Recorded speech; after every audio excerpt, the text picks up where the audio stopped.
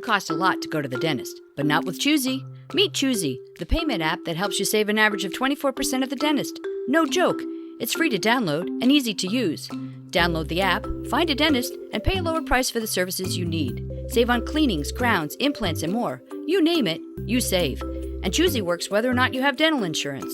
Use Choosy as many times as you need on whatever you need. No monthly or annual fees. Ready to laugh yourself silly with savings? Learn more at smilewithchoosy.com. So a priest, a rabbi, and a giraffe walk into a bar. So And this that's guy what he walks said. up to the Which widow way did he go? at her husband's funeral. So we just stood And that's what So she is the said. zebra black with white stripes? Or is he white with What black are you stripes? talking about? Who knows? Come on. Did he just say that? Walk into a bar.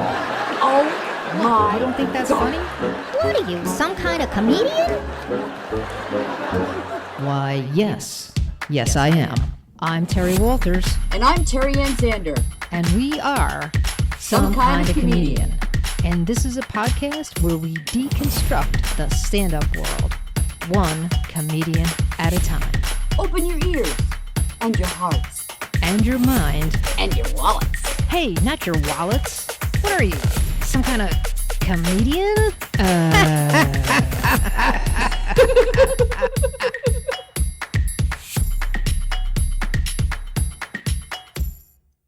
Hey, Terry Ann, how's it going today? Oh, it's hot, but it's Hot, hot and sticky. Speaking of hot, I'm sitting here in my office and I'm looking at this lava lamp I've got going on. A lava lamp. Yeah, it's really relaxing. You know, it's like a Zen thing. Huh.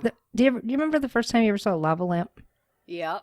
Yeah, when- I actually purchased one quite a while ago for my kid. I thought it would chill him out. Uh-huh. Didn't work. Didn't work. No. I don't know. It works for me. I remember think seeing you- it. I think you found a way to like crack it open and have the glop like all over the house.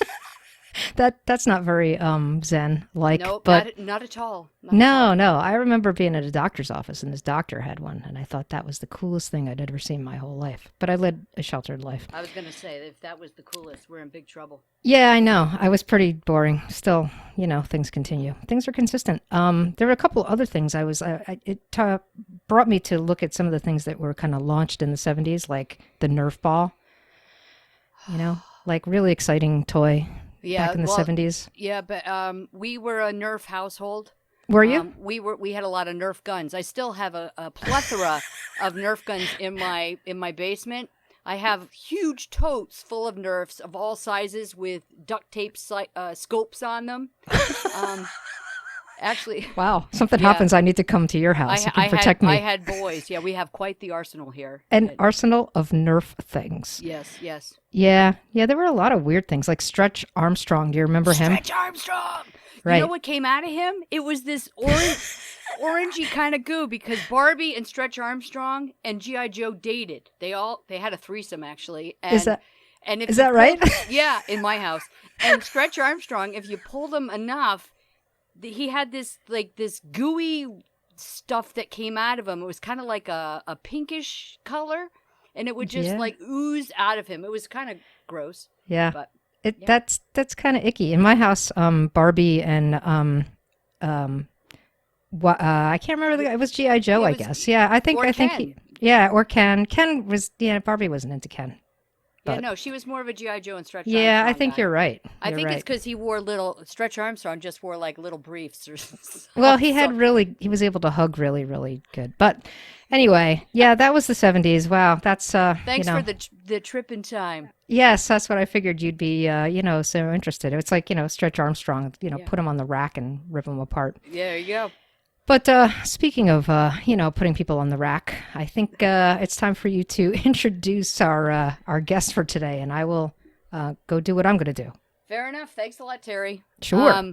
Yeah, my next guest is a regular around the New York comedy circuit, and he also has been known to tour with Carlos Mencia. Kevin can also be heard regularly on SiriusXM, on his Just Joking podcast, and his debut album, High on Molly. I'd like to bring forth my friend and teacher, Kevin Dombrowski. Kevin Dombrowski. Welcome, Kevin. Oh, thank you. That was quite the 72 introductions that we did for that. That's nice. No, thanks for having me. I'm glad to be here. Yeah, right. Your enthusiasm, I can see it all over your face. No, let me explain what's going on in my head, just in case I seem a little distracted. So I have, I'm gonna swing this camera. I've got a ton of cactuses, Okay. in my apartment because my wife is from out west, and so she got me addicted to cactuses, and I got her one for her birthday. The first birthday present I ever gave her. This is years ago. Fast forward to the fact that she doesn't take care of them, and I now have 42 in the apartment that I water on different water schedule. So in an attempt to make this look a little bit better, I pulled the shade down in the room that I'm in, which I never do. It's just bright today, and the shade fell on top of a cactus. Oh, no. And it started, like, bleeding in a way that I've never seen before. Oh, no. And it's like, I can handle watering them and taking care of them and maintaining, like, homeostasis in this apartment. But I have no idea what that means. So I'm just, and it happened literally 2 minutes before I signed on. So I'm, like, frantically Googling what to do if a cactus bleeds. So when you were like, I'm going to bring him in, I'm like, knee deep in a Google article right now that's like, do I let it dry or do I pat it? Like, what do I do about this? So you haven't discovered that, and I'm hung up on the fact that you say cactuses, and I'm wondering if it's cacti. See where I go? No, maybe. Well, it might be just cactus by the time this one dies, because they might take them. Child Protective Services might take them away from me. Oh my God! So you've got a shelf full of prickly cactus on your in the room that will be your nursery. Is that that room? Yeah, they're on the shelf though, so they don't bounce around a lot.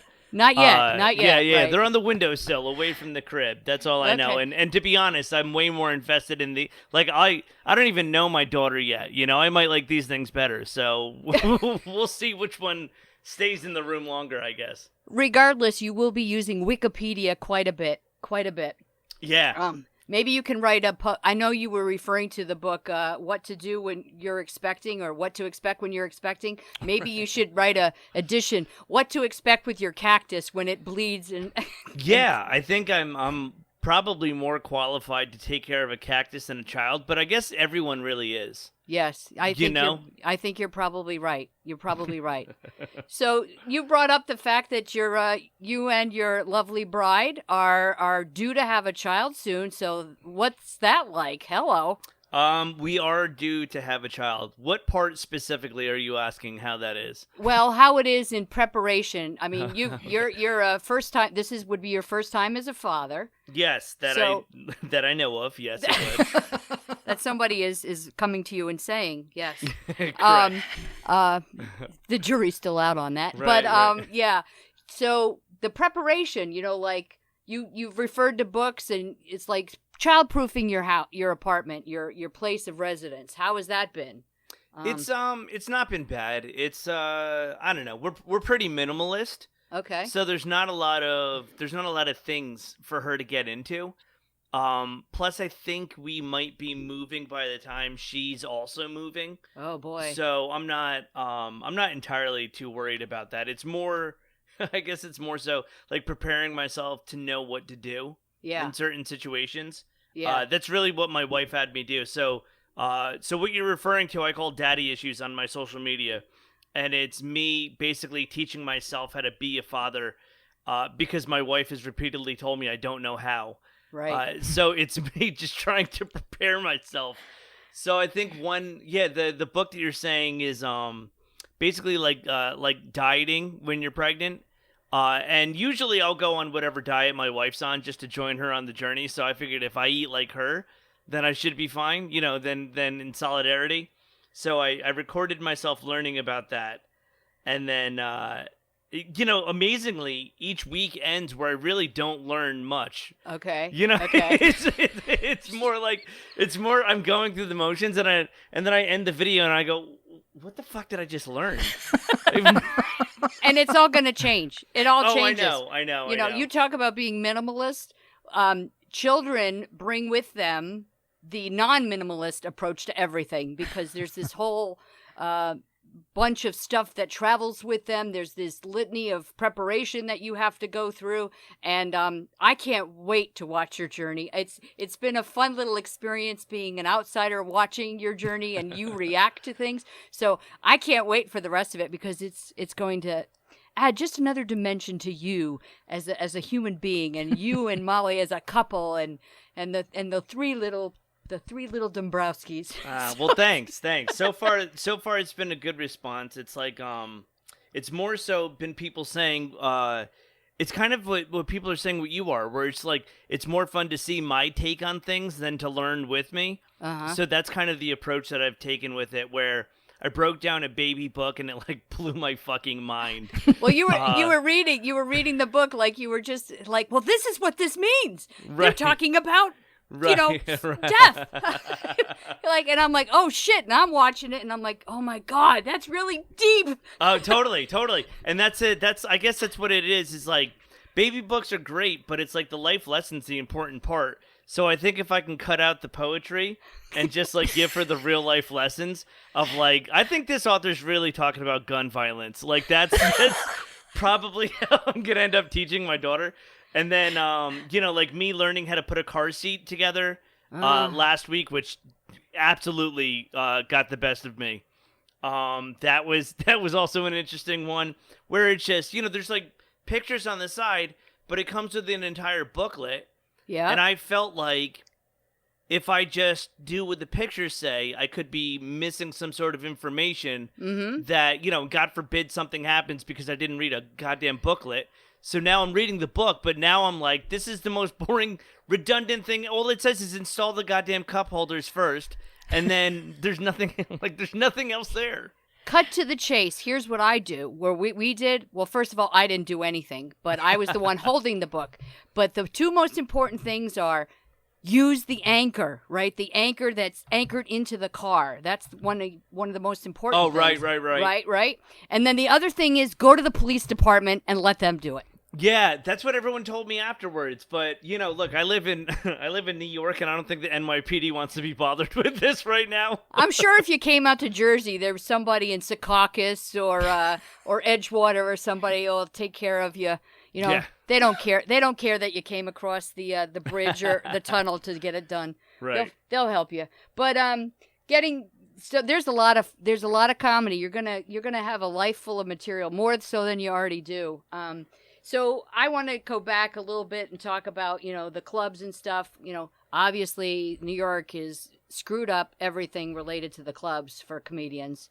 And you also do workshops, and you run workshops and teach new comedians how to, hone their skills or learn how to be a comedian and all that. So has that kind of helped you through this difficult time? I mean, because you're not on stage in New York right now, unless you're doing the underground thing, which on the down low, nobody knows. Yeah, it has helped me. It's such a weird time right now. Teaching online, there isn't much of a difference in terms of teaching the lessons. Obviously, when you perform online it's a different feeling than performing in front of people and being in the room and feeling that energy. Right. So that lacks a little bit. But what we lack for within the live performance, I think we also pick up for in terms of pacing and doing podcasts, doing radio, which is a big part of comedy as well. Mm-hmm. So I think any little adjustments that we've made in gearing towards more modern times and trying to, make up for what you would lack and gain some other experience, I think we've done a really, really well job at doing. It's interesting. I'm not really writing a lot for my act right now. Really? Well, here's the thing. It's like I am writing for it, but in terms of like I'm not performing it because Right. I'm not doing a lot of shows right now. I've done 2 or 3 live shows since March, and I've done a couple of Zoom shows, which I like, but it doesn't feel quite the same. It's not natural, right? No, kind of it's unnatural. and it's not my process of like how I write. I like to go on stage with something and explore it and connect with the audience and kind of feel where it goes. And it's hard to do that within a restrained time and on Zoom, because it's like, look, when you look at something on your phone or on the computer, it's all in 30-second bursts. I don't think people have the patience to connect with me through Zoom and allow me to find my punchline. And when you're at a club, there's something romantic about that. With you as an audience member watching a comic just kind of find the joke and find the punchline and interact and bring them into the whole process of it. That's, it's what people, I think, that's what a percentage of people come to New York comedy clubs for, is to see the pros kind of work out the stuff that they could see. That's, look, if you want to see it worked out, wait till that comic comes sees you in whatever city you're from. Right. But if you're coming to New York and you want to, you want to take in the whole New York process or the whole New York experience, really, it's, it's pizza, it's hot dog carts, it's Times Square, the Empire State Building, and it's a comedy club. Right. That's kind of what we're known for. So it gives it's kind of the backstage look that you don't normally get when a comic tours. So it's hard to do that for me on Zoom, because I don't think the silence when you guys are sitting in your living room and then we're performing, you know what I mean? The silence is kind of unbearable. I know. You want to fill it with something, and then exactly. And you're getting there's no engagement. Right. Yeah. So for me, it's difficult to write for my act because of that. Now, a lot of clubs are starting to do more outdoor things, which I will do, but I did also drive to California, so I've kind of been doing the 14-day rest before I'm around a group of people, just to be smart about it. Right. Right. Even look, I feel fine. We were very, very smart. Because I'm neurotic and my wife is pregnant, it's like practically being in a plastic bubble with me. I mean, I don't think anyone's emotions could get through the sphere that I created for my wife and I. So I don't think I exposed myself to anything, but also I do want to be safe because it's not just me in this. Of course. So I think once I'm out back into my routine, I'll feel better. Carlos is going to be in Connecticut this weekend, and he called to ask if I wanted to be there. Oh, awesome. Yeah, except for the fact that I just, time-wise, I don't feel comfortable yet doing it because, look, we're 6 weeks out this week from having the baby, and let's just say, look, Stress Factory in Bridgeport, Connecticut. Stress is a great club. I have no doubt that they're under every safety precaution, like any other comedy club that's starting to experiment on an indoor shows. There's masks required, social distancing. Everyone's as healthy as can be. So I don't have any qualms about it. I just don't feel like, let's just say I do catch something, and it takes, you'll never, right. It takes 2 weeks. It could lay dormant for 2 weeks, and then it takes 2 weeks to get better. And then at that time, it's like, we're there. My wife could go at any point. Right. And, 1 weekend of shows is not worth not being there for my child being born. I get it. And I'm sure Carlos gets it. And totally. I just had the conversation with him today. He was like, oh my God, dude, totally. He was like, no, do your thing. He was like, I didn't even realize you guys were so close. Well, that's the thing. Everybody's very apologetic. I've been trying to produce a couple shows, and I've called people, and they're very reluctant and very hesitant. And I thought I pitched it okay, but they're still, and I have to respect that. I mean, I can't get in people's way. So, we'll get there. We will get there. We will be back to that. And until then, we are, like you said, we're experimenting and we're trying different things. You were doing SiriusXM before all this happened. You were doing shows with them. And how does that kind of thing come about? I mean, is that somebody sees you someplace or you pursued that? How does that kind of opportunity happen? Well, that is the first SiriusXM show I started doing, I believe, was the Dean Obeidallah show on SiriusXM Progress. I think that's the first one I ever did. And him and I had performed together in New York a lot, and we were doing a lot of the same shows. And it is a political show, but I think he trusts that no matter what the topic, I usually have something, I can produce some sort of humor from it. So he had asked if I do any radio, and I just love doing radio. And so I went up to his show, And actually, his producers emailed me saying they were starting a new segment called What Just Happened, where they have a political pundit and a comedian come in. And they talk about the crazy week that just happened. And I was basically the person that's supposed to make light of whatever the pundit says. And then keep the attitude light. So I did that, and I had a really, really good time doing it. And then the more I did that, the more I was referred from those producers to other shows. So then I ended up doing, being a regular on John Fugelsang's Tell Me Everything before he was on Insight, and then he switched to Progress as well right after Dean.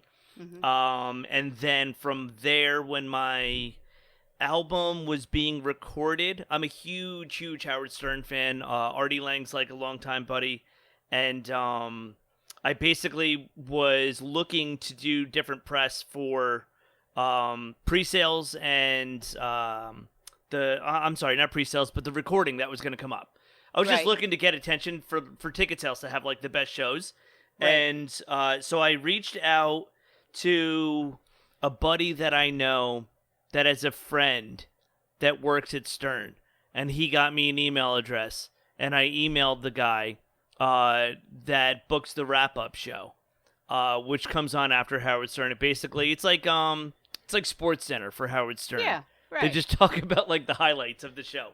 So I reached out, and he got back right away, and there was like a certain type of questionnaire that they want you to fill out just so they know whether you're in the realm of the Stern universe. Right. And I've been a diehard fan since I was 16, so it was like the most fun I've ever had doing anything, getting to fill out all these questions that are very Stern related. Yeah. So I was a regular in Sirius. I'm a comic, and on top of that, I was on a sports campaign for SNY, and Gary Baba Booey is a huge Mets fan, and his co-host has his own show on SNY. So I knew that they would know who I was. I just like had to get in front of them and be like, look, I'm qualified. Just please let me on this show. Yeah. So I filled it out, and it ended up working out where I went on the Howard Stern wrap-up show the day before the album recording. And for me, I didn't realize that. Okay, cool. Yeah, it was like, I mean, that to me was like getting a late night set on Colbert. Yeah. You know, because it's like that's my universe, and I think it's like 1 million listeners a day or something. It's something. It's the perfect compilation. Like everything was clicking, everything connected, and wham, there you go. Totally. So it started with one show. I had always done radio. So and I had been up to Sirius a couple of times. Never really. I also did the Raw Report on Raw Dog. So there's a bunch of shows that it kind of started with this little thing. And then the more you do it, the more you meet people, and then they see you, or you get recommended from one producer to another. So it kind of snowballed to there. So I've done a bunch of shows in Sirius. I do really like it. Knock on wood, the goal of the podcast would, for it to either sustain itself or to, kind of slide into a Sirius schedule would be, if I could do radio Monday through Thursday and then tour on weekends, I don't need anything else. There you go. Like that's all I want career-wise, and make money, obviously. But that's what I have my wife for, really. Yeah, you've said that. You've said that. I was there when you recorded your comedy album. Which show did you come to? The latter one. Oh, that was crazy, that show. Yeah, there was a early show and a late show. I was there. We had all taken your class. There was 2 of us, I think, that were in your workshop. And we came to that show, and we saw you when you did the Caroline's show. That was, you were headlining at Caroline's. That was your first. So like all these things started to really take off for you in a really defined period of time, which wasn't super long ago when you think about it, right? I mean, in the comedy sphere, that doesn't account for the 10 years before doing all the other stuff, like what city am I in and what time am I? All the other bullshit I've done that led to that. Yeah. Like it all sounds like it happened overnight. No, it didn't happen that way. But yeah, no, we were there. It was a late show. It was a lot of fun, and you were telling the story about your travels to Hawaii and your helicopter ride. And I did that helicopter thing too, but listening to you tell the story of the helicopter ride was a riot, was an absolute riot.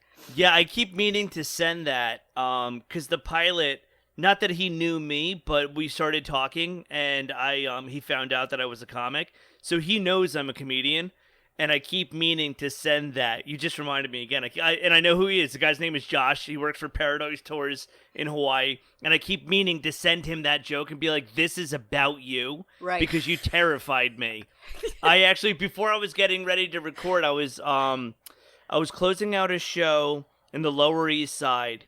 And the booker was just like, just run however long you want. So I got to run like the 50 minutes of the album right before it. It was awesome. But I shit you not, in the middle of that story, a crew came in and they were from Hawaiian Airlines. Oh, and at the show, after the show, I was by the bar and they came up to me and they were like, "Hey, so we came in as you were doing this bit, and we all work for Hawaiian Airlines. We just landed in New York.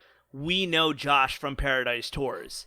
And that is so spot on of like the experience that you have with him. And all I said was Josh, and I said it was a helicopter trip, and they were like, "Was that Paradise Tours?" And I was like, "Yes." It's a great story. It's a great story. Thanks.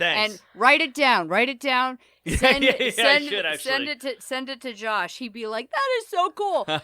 Mahalo, man. Yeah. Hang Oh, on. yeah. Exactly. Yeah. I'd be like, "Yeah, put your hands back on the steering wheel." Yeah, right. 10 and 2, dude. 10 and 2. Oh, that was insane. Hated That was that. insane. What you talked briefly. You mentioned Carlos called you up. You know, you toured with Carlos Mencia for quite some time, and I think just would it be safe to say you're one of his go-to guys? Like, Oh, for if he's sure. around. So how did that come about? I was opening for a friend of mine at colleges, and, I was like 3 or 4 years in, and I was just basically a crowd work guy. So a lot of people would use me to open for them. Around New York City, I think I have the reputation of being a good host at clubs. So that's kind of my bread and butter and where I came from, which is honestly, as a side note, why the album meant so much to me, of putting an hour of material together when I started as just a crowd guy. Really, I don't know. I feel like it showed my evolution, and it kind of gave me something to contribute to the, not the grand scheme of stand-up, but like, I don't know. It allowed me to feel like, okay, now I have a body of work that's a part of this thing that exists in the world, and I feel good about that.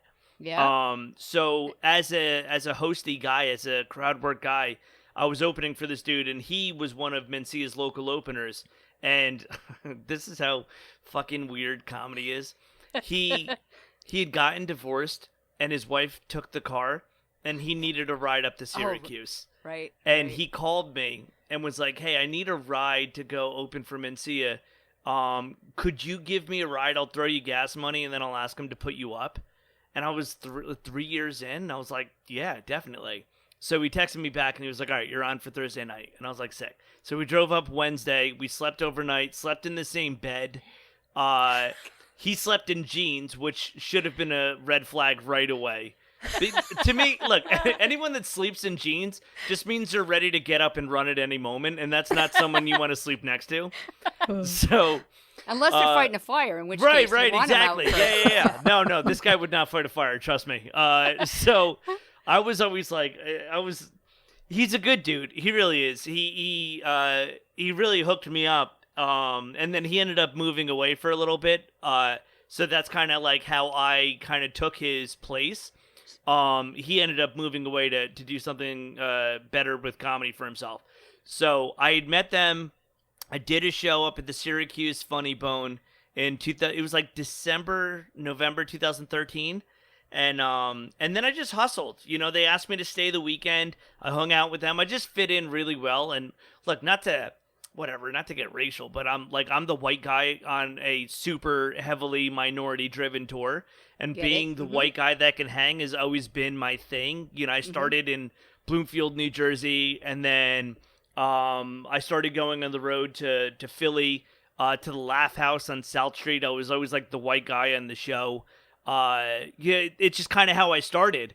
And kind of like, I don't know. I don't want to say where I'm from, because that's not necessarily true, but like I went to a private school in Wayne, New Jersey. I grew up in Jersey, and it was so eclectic. my best friend grew up in East Orange in like a really shitty part of the neighborhood. And then I grew up kind of in like a white trash town next to Patterson. So it was like, I've just always kind of been like the white dude that hangs in situations like that. So this tour is really meant for me to thrive. I like being that. I like being, like they call me the white guy on stage. I think it's funny. Yeah, you're like the surprise, right? You're like the right. Oh, totally. Yeah. Like and when you're not trying either. No.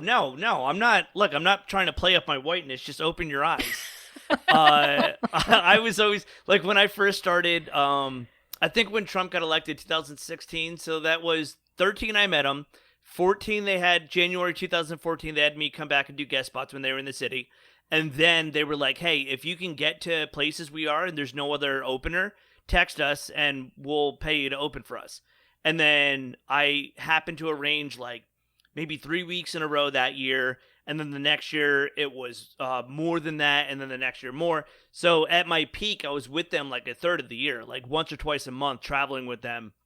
And that's kind of how it went. But in 2016, when Trump got elected, it was like the first shows I came out as a bald white dude on a Carlos Mencia tour.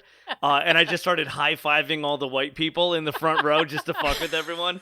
And then I think the first thing I said was, "We finally made it."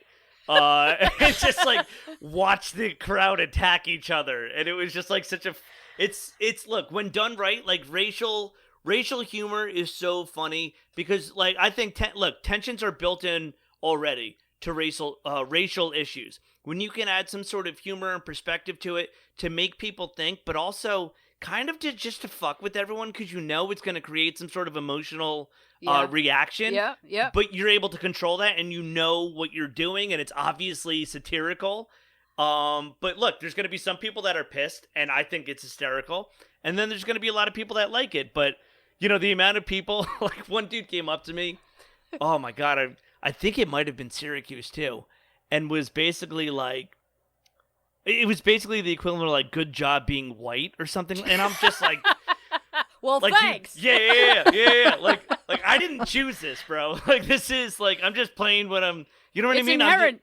I'm just playing the card that I'm dealt and just trying to survive as an individual. But like, thanks. I don't know. I was like, this is creepy, man. I think I looked at him and I was like, I don't think we should be saying that to each other. Like, this feels uncomfortable for everyone. Oh, it's all good. It's all good. But you're right. It's got to be natural. It's got to be your truth. It's who you are. It's what you know. It's all good. And you know what? You're a very deserving guy. I mean, you're very approachable, and I think those of us that have taken that's how we first met at workshops. Totally. And I've become a little bit of a groupie. I don't know what you call your groupies. My groupies are called Tasmaniacs. I don't know what yours are called. That's really funny. You need that. You need to come up with a name for the people who kind of follow you around. I'm gonna call my groupies Bored. Anyone that follows me doesn't have anything better to do, so I'm gonna go. Oh, come on! You're not giving yourself credit. But Welcome you know to what? Boredom. You gave a great piece of advice in your workshop, and I tell the story, and it only happened to me last November. I got a call from someone who tends to book me, and she said, "I need somebody, catch a rising star, need somebody to drive for a comedian. You got to pick them up in the city and all this stuff." And the day that they called, it was like that day. It was my anniversary, my wedding anniversary. I'm like, I could be divorced, or I could drive this comedian. So I said, "I'll call you back in 5 minutes." So I called her back and I said, "I'll do it." So I got the directions. I drove to the city. I picked up the comedian. I drove down. I got to do a spot. I got to open, which was the coolest thing. He gave great advice. It happened to be Bobby Collins. I knew you were going to say this already. Yeah, it was a great time, and we picked up Howie Dewey too. I don't know if you know Howie. Yeah. And the three of us, and I got us there in record time. We had to drive. We got stuck in traffic. But but Bobby's a gentleman. It was a lot of fun, but I was like, my coach, I call you my coach. Kevin said, if you ever get the chance, you got to drive. You got to do what you got to do. And I'm like, okay, I'm driving. And we had, I had water in the trunk. I had like a cooler. I got snacks. You're like an Uber driver. Yeah, kind of. I really wanted it to be, memorable. Yeah. And I think I did because I almost killed us. And but it was all good. It was all good. We had a great. He's a great dude. Next time you are in that situation, because you will be again. Next time, tell him if you bring up like my coach this or this, tell him it's me. And okay. And I'm sure he'll have some sort of smart ass answer for you. I love Bobby. Yeah, he's a great guy. I want to get him on. I get him on the show too because I think he's a funny guy. But we'll see how that goes. I've reached out to his people now that he's gone social. But it's all good. It's all good. Yeah. I think, I hate to say it, but we're having a lot of fun, and I appreciate it, but we're going to have to wrap it up. And it's all good. I want to share ways for people to get in touch with you. You're on Facebook as yourself. You're on Instagram as yourself. I am. As all of them I'm on as myself, which is... Right. The white guy named... Yeah. Coincidentally, I tried to be someone else, and I got arrested. So I'm on social media as myself. Everything is at Kevin Dombrowski. I will tell you on Instagram... It's at Kevin Dombrowski Comedy because someone already took Kevin Dombrowski. I don't know if I ever told you this story. No. So I messaged him when I branded everything. Yeah. And I was trying to tell him, look, I could really use this. It would help to have everything unified. And in the middle of explaining to him, look, I'm a professional comedian and this is legit. I'm not making this up. I tried to give him a couple things that I've done just to prove it to him. And in the middle of that list, my phone got cut off for lack of payment. So I literally went, I'm a professional comedian, and then my phone turned off, and then I signed back on, and I messaged him, and I was like, you know what, why don't you just keep it, and I think maybe I need a career change. maybe you just keep this one. That was a sign. It was a sign. Yeah, exactly. That's too funny. Oh, man. I can't believe there's two of you. Okay. Well, I got messaged by a different one on Twitter to take over some name, and I was like, get in line, bro. The second this guy gives me the Instagram one, I'll give you the Twitter one. But it's message him.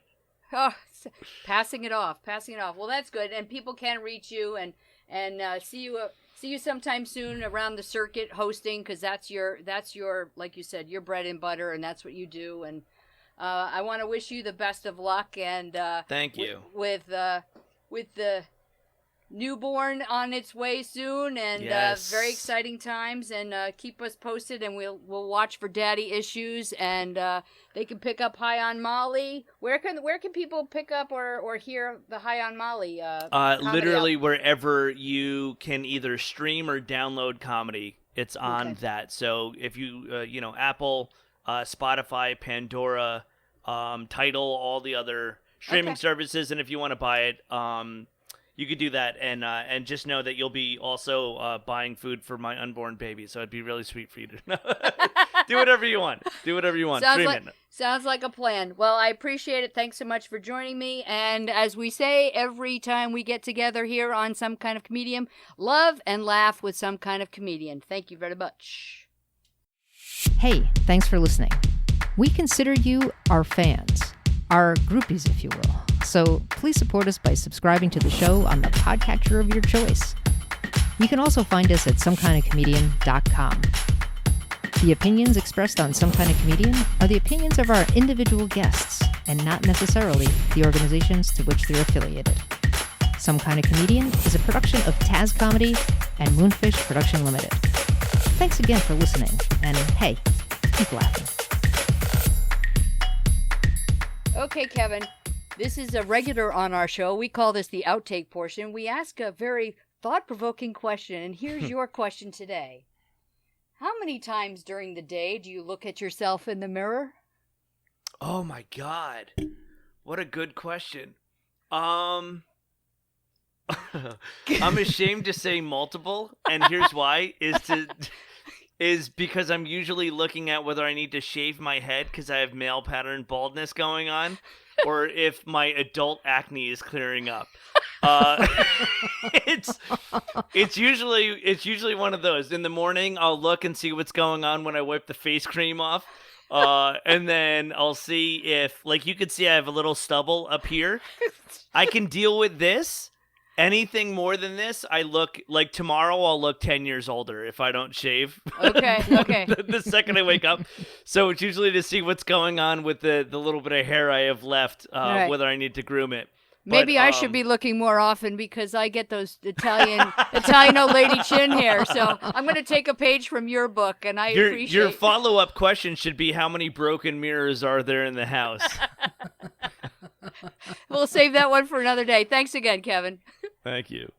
It could cost a lot to go to the dentist, but not with Choosy. Meet Choosy, the payment app that helps you save an average of 24% at the dentist. No joke. It's free to download and easy to use. Download the app, find a dentist, and pay a lower price for the services you need. Save on cleanings, crowns, implants, and more. You name it, you save. And Choosy works whether or not you have dental insurance. Use Choosy as many times as you need on whatever you need. No monthly or annual fees. Ready to laugh yourself silly?